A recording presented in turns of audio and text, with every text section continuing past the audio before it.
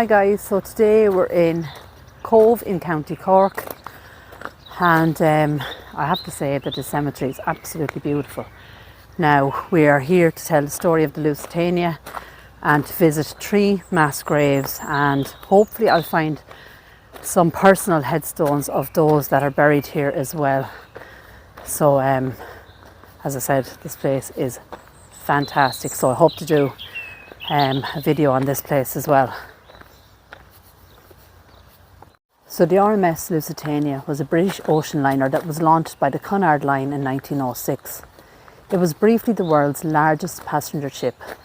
She was sunk on the 202nd transatlantic crossing on the 7th of May 1915 by a German U-boat, 11 miles off the southern coast of Ireland, killing 1,198 passengers and crew. The sinking occurred about 2 years before the United States declaration of war on Germany. Although the Lusitanian sinking was a major factor in building American support for war, war was eventually declared, only after the Imperial German government resumed the use of unrestricted submarine warfare against American shipping in an attempt to break the transatlantic supply chain from the US to Britain, as well as after the Zimmermann telegram. Now, as I said, this place is stunning, and I hope to come back actually and do another video on it as well. But let's get back to the story. German shipping lines were Cunard's main competitors for the custom of transatlantic passengers in the early 20th century, and Cunard responded by building 2 ocean greyhounds, the Lusitania being one of them. Cunard used assistance from the British Admiralty to build both new ships on the understanding that the ship would be available for military duty in time of war. During construction, gun mounts for deck cannons were installed, but no guns were ever fitted. The Lusitania was fitted with turbine engines that enabled them to maintain a service speed of 24 knots. They were equipped with lifts, wireless telegraph and electric light, and provided 50% more passenger space than any other ship. The first class decks were known for their beautiful furnishings.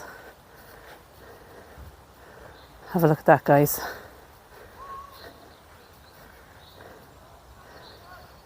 As I said, this place is beautiful, but we're almost at the mass grave, so we'll continue on with our story.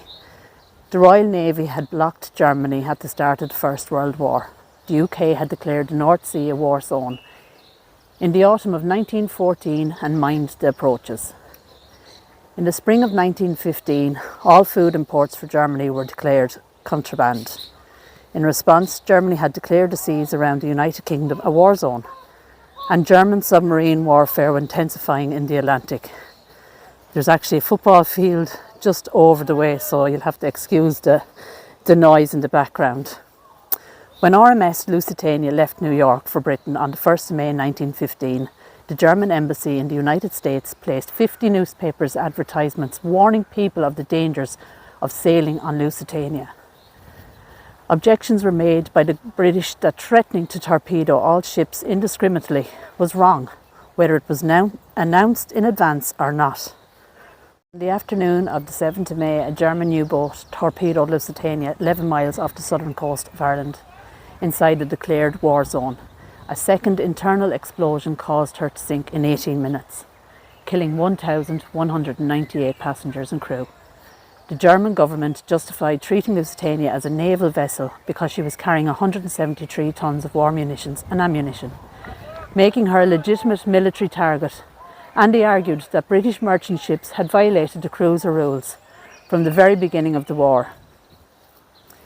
The internationally recognised cruiser rules were obsolete by 1915. It had become more dangerous for submarines to surface and give warning with the introduction of Q ships in 1915 by the Royal Navy, which were armed with concealed deck guns.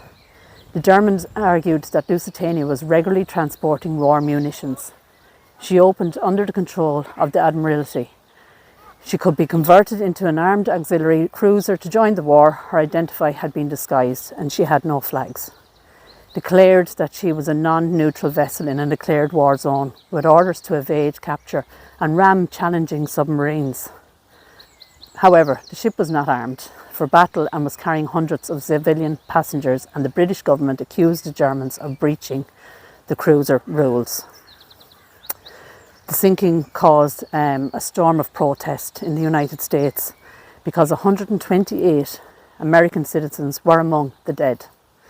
The sinking shifted public opinion in the United States against Germany and was one of the factors in the declaration of war nearly 2 years later. After the First World War, successive British governments maintained that there were no munitions on board Lusitania, and the Germans were not justified in treating the ship as a naval vessel. So in 1982, the head of the Foreign Office's American Department finally admitted that there is a large amount of ammunition in the wreck, some of which is highly dangerous and possesses a safety risk to salvage teams. Right, so just ahead we have, it's like a glass monument for the victims of the Lusitania. Now, as I said, the noise in the background, there's a soccer match going on. But look at this. Now, I know it'll probably be very hard to read for ye. We remember here 25 victims buried in 20 individual plots, as well as those buried in the 3 mass graves. And then we have a list of names there.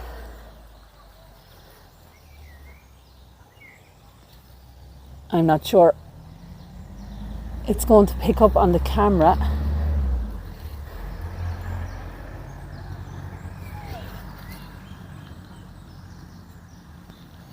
It also says, if I can move this read for a second, an unidentified female child and unidentified male are buried in individual graves. Now, so far, I have only found one grave here.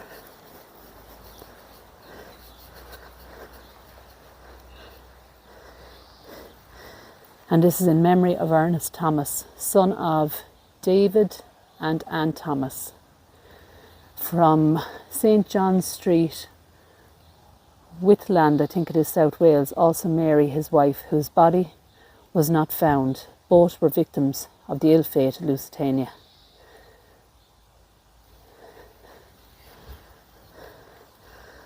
So that's the only grave that I have found. And actually, as I just say that, this has caught my eye. In tender memory of Inez and George Lee Vernon, both young, beautiful and gifted, victims of the Lusitania crime. May 7th, 1915 there. That is a beautiful cross for Inez and George Lee Vernon, and I hope I have her name pronounced correctly. So that is 2 graves that we have been able to find. Alfred Scott Witherby Jr., born June 27th, 1911, died May 7th, 1915. A victim of the Lusitania, foully murdered by Germany. And that is what is wrote on the headstone.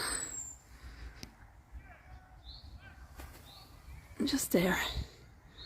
So I found another headstone of one of the victims from the Lusitania.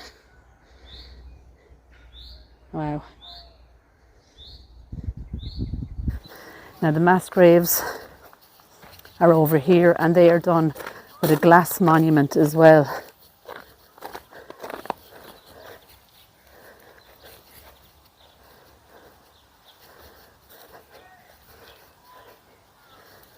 Lusitania, mass grave. See, it says, in eternal memory of the 69 victims buried in this grave. So this, guys, this whole area is a mass grave. That is you know, that's kind of hard to get my head around. Once again, I'm not sure the camera will pick it up, but it gives all those names. As I said, 69 victims.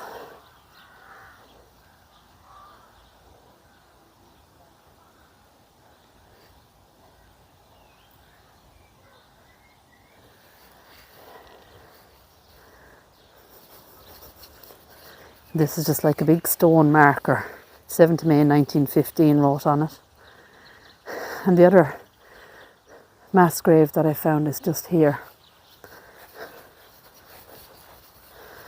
So that one is number 2. And then this one is number 3.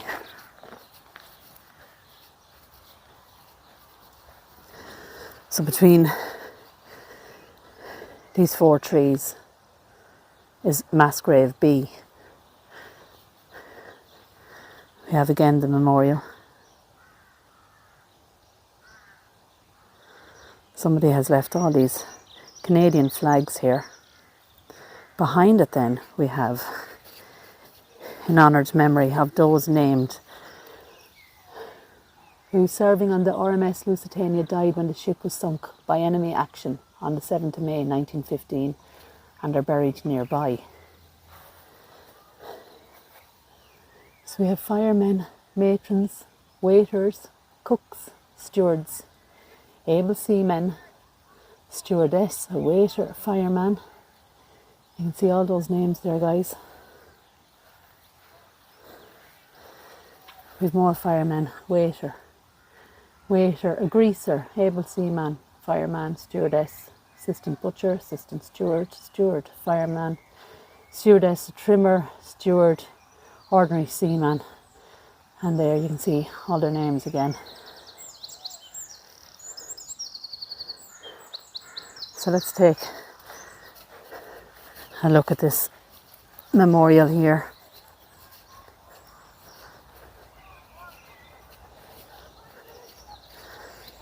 Lusitania, mass grave B, in eternal memory of 52 victims buried in this grave.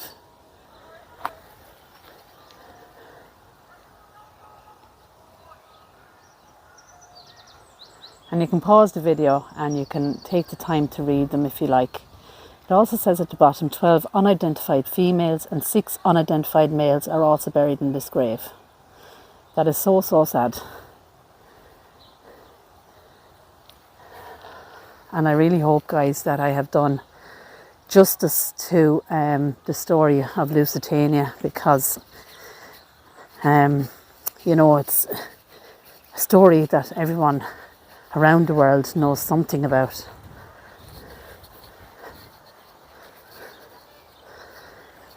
And then this is A, so we have actually gone the wrong way around, but that's okay. Mass grave A. And there's 24 victims here, starting with Mary, Thomas, Margaret, James, and you can read the rest there yourselves. Hopefully you can see it. I know the glass is a beautiful monument, but it makes it quite hard to read, even for me, just standing before it. It also has 2 unidentified females and 7 unidentified males also buried here.